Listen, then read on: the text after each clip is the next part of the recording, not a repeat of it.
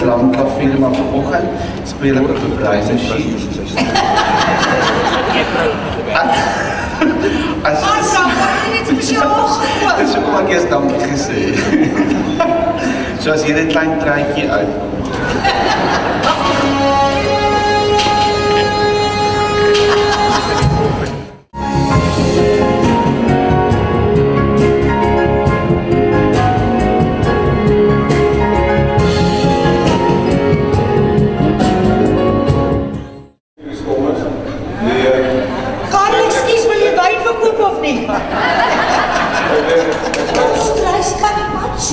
Hoe funky is dit?